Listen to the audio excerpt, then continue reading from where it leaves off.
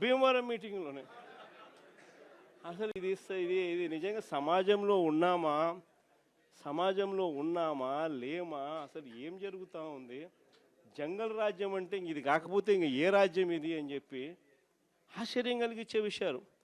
నిజంగా ఈ బరితెగింపు అన్నది, ఈ విచ్చలవిడితనం అన్నది నిజంగా ఏ స్థాయికి వెళ్ళిపోయిందనంటే, చంద్రబాబు నాయుడు గారి ఎమ్మెల్యేలు, చంద్రబాబు నాయుడు గారికి సంబంధించిన వాళ్ళంతా ఏ స్థాయిలోకి వెళ్ళిపోయినారంటే, నిన్న 20 పేపర్లో చూసినాం. కోడూరు ఎమ్మెల్యే ఆరవ శ్రీధర్, అదే మనిషేనా అసలు, ఇది ఎమ్మెల్యేనా అని అనిపిస్తుంది నాకు. అసలు ఈ అరవ శ్రీధర్ అనేవాడు ప్రభుత్వ ఉద్యోగి అయిన ఒక అమ్మాయిని భయపెట్టి, బెదిరించి, రేపు చేసి, హెరాస్ చేసి, స్వయంగా ఆ అమ్మాయి తనకు జరిగిన అన్యాయాన్ని కూడా ఏకంగా సాక్ష్యాలు, ఆధారాలతో సహా బయట పెట్టింది. ఆముదాల వలస ఎమ్మెల్యే ఇంకోడు కూన రవికుమార్. ఈయన గారి వేధింపులు భరించలేక గవర్నమెంట్ స్కూల్ ప్రిన్సిపల్ ఆత్మహత్యా యత్నం చేసుకుంటే ఇప్పటి వరకు చర్యలు లేవు. సతివీడు ఎమ్మెల్యే కోనేటి ఆదిమూలం ఒక మహిళను బలాత్కారం చేసిన చివరికి ఆ అధికారిని ఉపయోగించి ఆ కేసునే క్లోజ్ చేయించుకుంటారు. ఎంత దారుణంగా జరుగుతూ ఉందనంటే, ఇంకొకడు మంత్రి సంధ్యారాణి పిఏ ఇంకొకడు తనను లైంగికంగా వేధిస్తున్నాడని మరొక ప్రభుత్వ ఉద్యోగి అయిన మహిళ ఫిర్యాదు చేస్తే అతన్ని వదిలేసి ఫిర్యాదు చేసిన ఆయమను జైల్లో పెడతారు. ఆయమ మీద కేసు. ఇంకోడు గుంటూరు ఈస్ట్ ఎమ్మెల్యే నజీర్ ఇంకోడు. ఈ మనిషి అశ్లీల వీడియోలు కూడా ఆయనతో మాట్లాడుతున్నాడు, వీడు అశ్లీల వీడియోలు చూస్తూ ఉన్నాడు, వీడు అశ్లీలంగా చేస్తూ.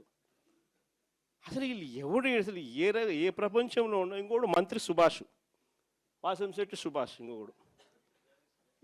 ఏకంగా అశ్లీల డ్యాన్సులు చేస్తూ ఏకంగా చిందులేస్తానంటారు.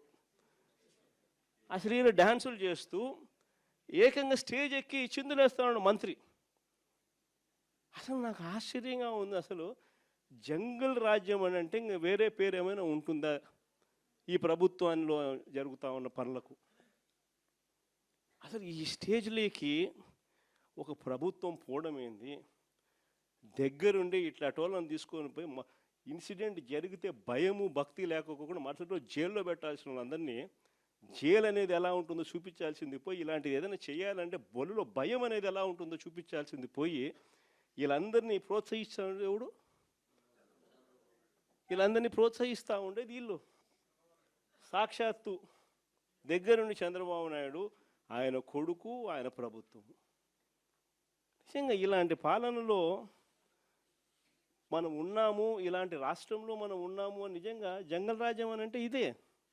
విచ్చలవిడి అవినీతి కనిపిస్తూ ఉంది. ఎమ్మెల్యేల దగ్గర నుంచి, మంత్రుల దగ్గర నుంచి విచ్చలవిడితనం కనిపిస్తూ ఉంది. విపరీతమైన కరప్షను, పోలీసులు రెడ్ బుక్ రాజ్యాంగం.